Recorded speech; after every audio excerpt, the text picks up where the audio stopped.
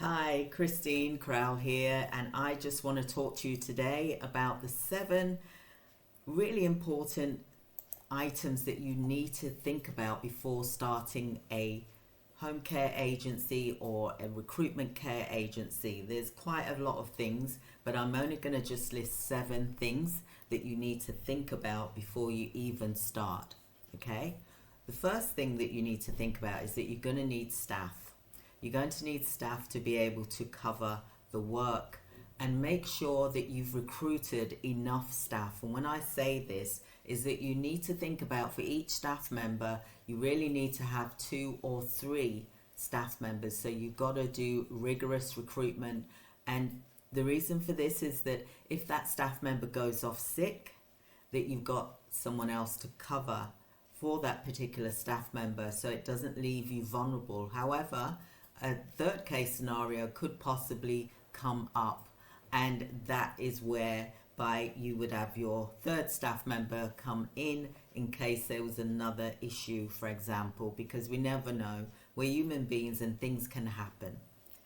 The second thing that I would mention is that you need to roll your sleeves up and be hands-on. When I started my care business many years ago, I was actually involved.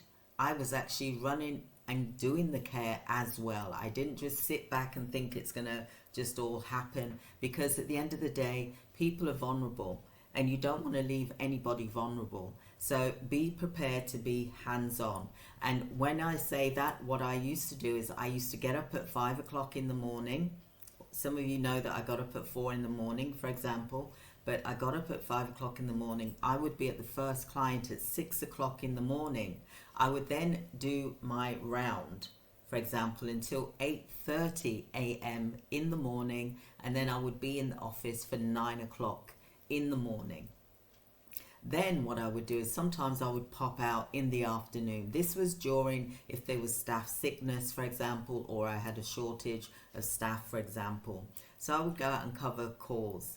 Then again in the evening, I would finish about 4:30. I would have the on-call phone if I was on call, or possibly another staff member may be on call, because you need to have it on call for out of hours so that people can call you if there's an issue, or a staff member's gone off sick, or a client, there's an issue, they may have gone into hospital, so that shift needs to be cancelled, for example, rather than the carer show up and nobody's there. So you need to really think about your on-call as well, who's going to be on call. And when I used to go out in the evening, like I said, at 4:30, I would do a round again until about 7 o'clock. And then I would get home about 7:30. And that made everything run smoothly. So the staff wasn't overworked. I wasn't overworked because I've got high energy, because that's something you need, is such high energy when you are running a healthcare business. It's not something for the faint-hearted. It is a very rewarding and compassionate, and the passion is so large that you enjoy what you're doing as well. So the third thing that I would say to you is that paperwork. There's going to be lots of paperwork. And when I say paperwork, I mean care plans, timesheets, policies and procedures. You've got checklists, you've got your terms of business, you've got your legal paperwork, you've got your staff contracts that you've got to do, client contracts. The list is endless. So be prepared that there will be paperwork involved. So whether you're good at paperwork or not, I would suggest that you learn about these things so that you do get, really familiar with paperwork, because you will have to deal with this on a daily basis, whether it is invoicing, whether it is timesheets. You've got to get used to it. Learning how to use the computer, working with spreadsheets, Word documents. These are all the things, as well as software. These are all the things that you've got to get used to. There's no way around it. So be prepared to be, working with paperwork online and offline. I know this is meant to be a paperless society, but it hasn't happened yet. So that's all I can say with that. So the The fourth thing that I would say is no matter what, you have to be there for your business as well. And life happens. Be prepared. Because when life happens, and sometimes it can kick you outside of this world, that you really just want to give up, you don't know what to do. Be prepared, because sometimes, most of the times, life will happen when you're running your healthcare business. That's not the time for you to give up. If it's your passion, if it's something that you love to do, then you continue. Yes, you take that time out to deal with whatever that issue is, but you've got to get back in the game. Otherwise, you're just going to give up. And that is not an option if it is your true passion, it's what you want to do. So be prepared for the tough times, because they will be tough times.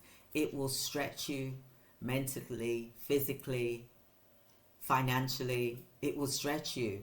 However, you got to look at the rewards that you will get in the end. And like I said, be prepared for the tough times. So, moving forward, the fifth item is, this is not a get-rich-quick scheme. It's not a quick fix. It's not something that you're going to get success overnight. It's like, for example, if you was pregnant, it takes 9 months, doesn't it? For example, 9-10 months, for example. And then you give birth. Yeah? Well, this is the same in running a business. That you've got to give your business time to grow. You've got to give yourself time to learn. There will be mistakes in your business. There will be mistakes. Nothing is going to be perfect. And you have to accept that. But overcome those challenges when they hit you. And it will hit you to the point where you may think, oh, you know what, that's it, I've had enough, I'm not doing this anymore. But then that goes to show that this really wasn't your passion in the first place. So be prepared, okay? Be prepared to work and give it time in order to build success. Took me years, for example. Then what you want to do once you get successful, you want to reinvest. You can scale your business by hiring teams, things that you don't like to do, really. Then you can get them to do it, and they're being paid for it as well. So this is why it's important to scale your business, so that you're not the one running your business 24/7, 7 days a week, and not getting a work-life balance, because that will lead to burnout. Now, working in your healthcare business, yes, it's tiring sometimes, and you will get tired, but you've also got to have that work-life balance where you just take time off, have a weekend off, for example. Just go and do the things that you love to do. Reward yourself for the hard work that you put into your business, because then that way you're going to be recharged. You're going to go back Monday morning full of energy, full of life, and you'll be bursting with energy. Okay? So the next thing that you need to do, once you've done that, you can even look at creating multiple streams of incomes. And when I say that, I don't mean different types of businesses.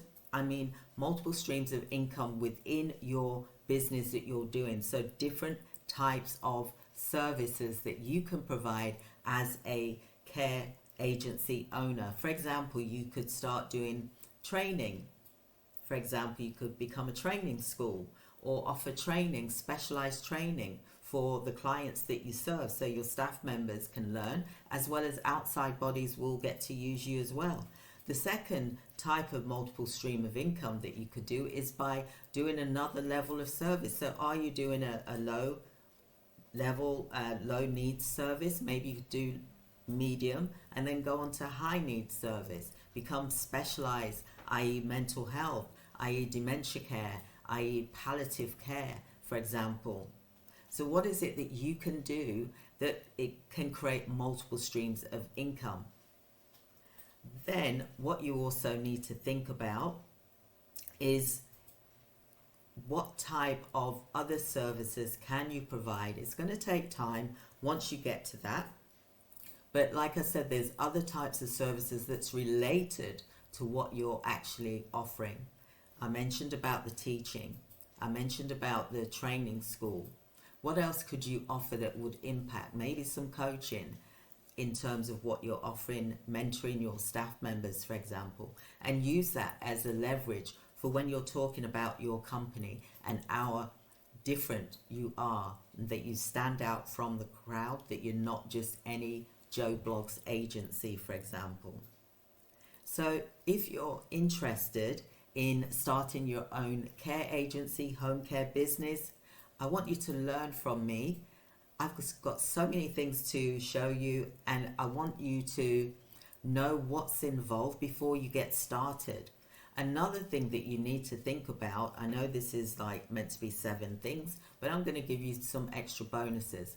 You need to spend money. It's not free. So get a business plan done. And then you've got to think about what goes into the business plan.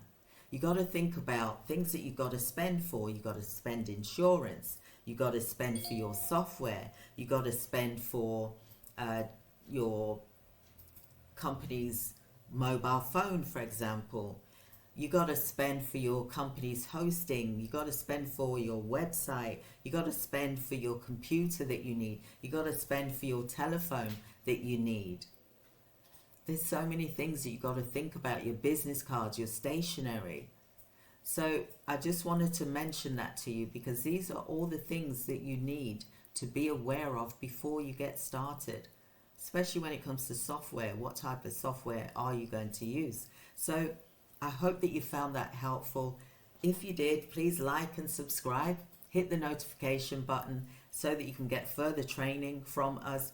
Do attend our free event, which it starts actually. We've got our contracts bootcamp, which is next week, but we've got some free events this week as well. Do join us. I'd love to see you there.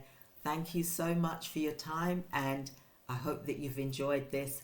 Click the link here, join our bootcamp, also join our free training as well. Watch our further videos as well to get more learning on how to start a home care agency business. Thank you so much. Signing off for now, Christine Crowell. Thank you. Bye.